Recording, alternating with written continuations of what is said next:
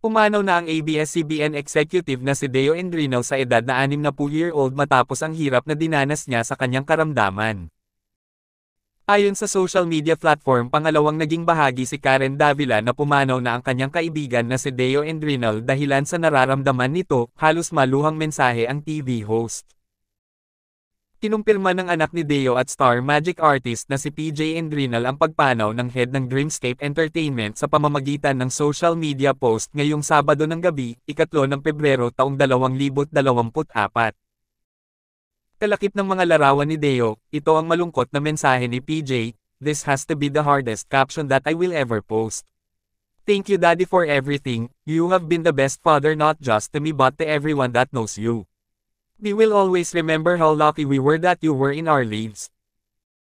Ito ay tiyak na magiging isang butas sa aking puso at mag-iiwan ng isang peklat, ngunit alam ko na sa wakas ay malaya ka na sa sakit at ngayon ay masayang sumasayaw sa langit dahil tiyak na ikaw ang magiging buhay ng party doon.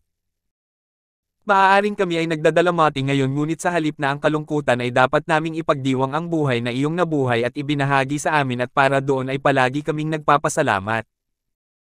Ngayon, rest in paradise Daddy, mahal na mahal kita. Sa comment section ay bumuhos kaagad ang mensahe ng pakikiramay mula sa mga personalidad na nakatrabaho ni Deo sa ilang dekada niya sa showbiz. Ayon sa impormasyong nakalap mula sa isang malapit na kaibigan ni Deo, multiple organ failure ang ikinamatay ng TV executive.